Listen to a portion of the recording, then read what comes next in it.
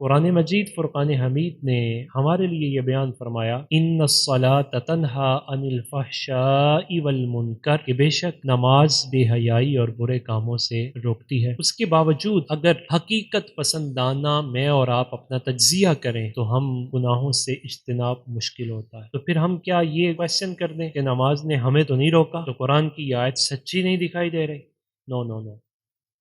Fault ہمارے اندر ہے کہ ہم نے نماز کو ویسا ادا نہیں کیا جیسی نماز بے حیائی اور برے کاموں سے روکتی ہے۔ ہم کہیں ہم تو 5 وقت نماز پڑھ رہے ہیں، میں 5 وقت کیا 7 وقت پڑھتا ہوں لیکن پھر بھی نہیں رکتا، تو اس کا جواب یہ ہے کہ نماز کی 2 فارمز ہیں۔ ایک ہے فزیکل فارم، اس کی پریکٹس، اس کا انداز، آئے کھڑے ہوئے اور یہ ساری کیفیات دہرائیں، رکوع میں گئے، سجدہ کیا، فرض ادا کر لیا۔ اور ایک ہے اس کی باطنی کیفیات کہ سر جھکے تو دل بھی جھکے، جدھر جب رخ کیا کعبے کی طرف تو کعبے والے رب کی طرف خیالات بھی چلے جائیں اور دل بھی جڑ جائے۔ تو یہ نماز جب انسان اس نماز میں اترتا ہے تو پھر یہ نماز بندے کو بے حیائی اور برے کاموں سے روکتی ہے۔ پھر یہ صرف مسجد کے اندر تک نہیں رہتی، مسجد سے باہر بھی ہو تو یہ نماز ہی رہتی ہے، انسان کے اندر یہ کیفیات پختہ کرتی ہے۔ تو عرض کرنے کا مقصد یہ کہ عبادت کیا کرتی ہے؟ جواب یہ ہے کہ عبادت عابد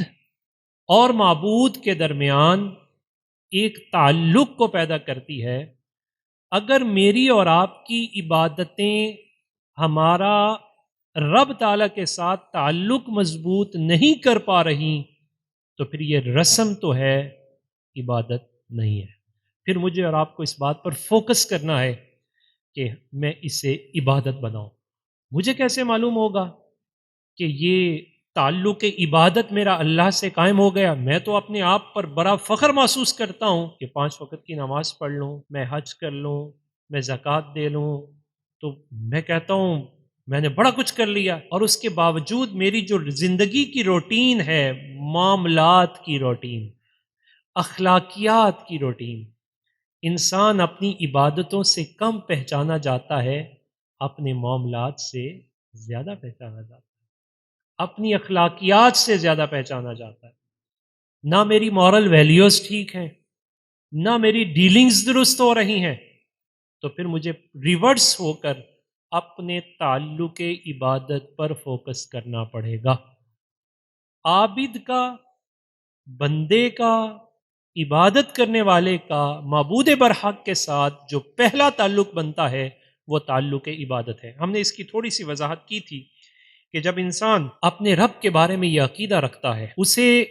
سود پر یقین نہیں ہوتا، اسے یقین ہوتا ہے تو پروردگار پر یقین ہوتا ہے، اسے کسی پر اعتماد، یقین اور وثوق نہیں ہوتا اگرچہ کائنات کی ساری قوتیں ایک طرف مجتمع ہو جائیں، وہ برحق اسے ہی سمجھتا ہے جو اس کے رب نے اسے فرمان عطا فرمایا ہو۔ اس معبود برحق کے بارے میں اس کا عقیدہ یہ ہوتا ہے تعز من تشاء وتذل من تشاء، اس کے بارے میں اس کا ایمان اور یقینہ یہ ہوتا ہے ان اللہ علی کل شیء قدیر۔ تو پھر بسا اوقات یہ یقین بندے کی عبادت کو درجہ کمال دیتا ہے، اور درجہ کمال پر پہنچ کر جب وہ اپنے رب کی عبادت کرتا ہے تو پھر وہ عبادت انسان پر کچھ اثرات کو مرتب کرتی ہے، اور جب وہ اثرات انسان پر مرتب ہوتے ہیں تو پھر اس کی کیفیات یہ ہوتی ہیں کہ اس کا دل عبادت کے علاوہ کسی چیز میں لگتا ہی نہیں ہے، وہ سر سجدے میں رکھ لیتا ہے، اٹھایا نہیں جاتا۔ اس کی کیفیات، باطن اس کا سکون چاہتا ہے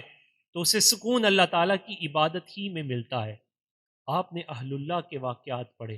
ہمیں طنز کرنے کے لیے تو اہل اللہ ملے، لیکن ان کی عبادتوں کو پرکھنے کے لیے ہماری آنکھیں اور زبانیں گنگ ہو گئی۔ کسی کو یہ تو ملا فلاں جگہ ایسا ہوتا ہے، فلاں جگہ یہ ایسا ہوتا ہے، اسے یہ کیوں نہیں ملا کہ فلاں جگہ ایسا بھی ہوا کہ عشاء کی وضو سے فجر کی نماز بھی پڑھی گئی ہے؟ اسے یہ کیوں نہیں نظر آیا کہ ساری ساری رات میں قرآن کی تلاوت کی گئی ہے؟ ایسا کیوں ہوا؟ اس وجہ سے کہ ان کا ظاہر اور باطن ایک ہوا۔ جب ظاہر اور باطن کی کیفیات ایک ہوتی ہیں تو پھر اللہ تعالیٰ کے ساتھ، معبود کے ساتھ بندے کا تعلق انتہائی مضبوطی اختیار کرتا ہے اور پھر وہ عبادت انسان پر اثرات مرتب کرتی ہے۔ ہم اس کا اگر مشاہدہ کرتے ہیں تو ہمیں دو صورتوں میں بڑا نمایاں اس کا مشاہدہ ہوتا ہے۔ ایک کہ اگر انسان صحیح معنوں میں اعتکاف کر لے تو یقین کیجئے اس سے مسجد سے قدم باہر رکھنا بڑا بوجھل ہوتا ہے، اور جسے اللہ تعالیٰ نے حج یا عمرے کی سعادت عطا فرمائی ہے وہی جانتا ہے کہ روضہ رسول سے بچھڑنا کتنا مشکل ہے اور کعبۃ اللہ کی آخری حاضری کی کیفیات کیا ہے، یہ وہی سمجھتا ہے کہ اس سرکل سے نکلنا، عبادت کے اس رنگ سے نکلنا اور اس کیفیات اور سرشاریوں سے نکلنا، اس کا اپنے رب کے ساتھ تعلق اتنا مضبوط ہو چکا ہوتا ہے، وہ تعلق عبادت بنانے کے بعد اپنے تعلق کی مضبوطی پا چکا ہوتا ہے، اور پھر تعلق عبادت اس کے اندر اگلا مرحلہ کیا پیدا کرتا ہے؟ تعلق محبت۔ عبادت کی قبولیت کی ایک علامت یہ ہوتی ہے کہ اگر تعلق عبادت عابد کا معبود کے ساتھ مضبوط ہو جائے تو اس عبادت کی محبت پہلے سے زیادہ بڑھ جاتی ہے۔ آپ مدینہ طیبہ سے واپس آئے،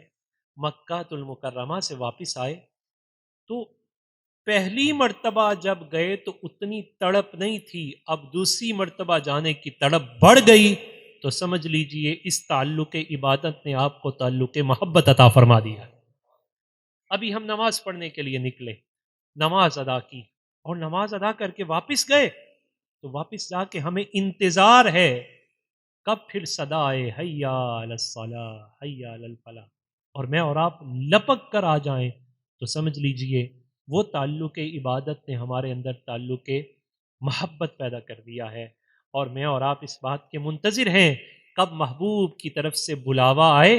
اور ہم اس کے بلاوے پر حاضر ہو جائیں۔ یقین کیجئے کہ جب تعلق عبادت پختہ ہوتا ہے، رات کا پچھلا پہر ہو، کسی کو نہیں اٹھانا پڑتا، محبت خود بندے کو اٹھا دیتی ہے۔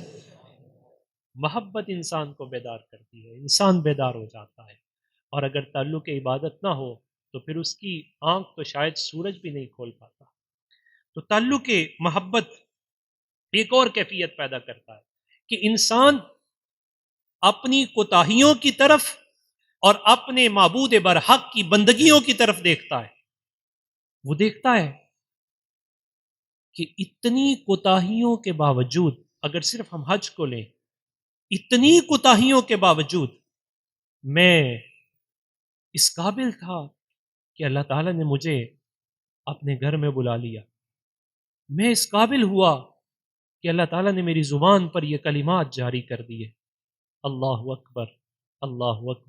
لا الہ الا اللہ، اللہ اکبر وللہ الحمد۔ یہ تعلق محبت تھا کہ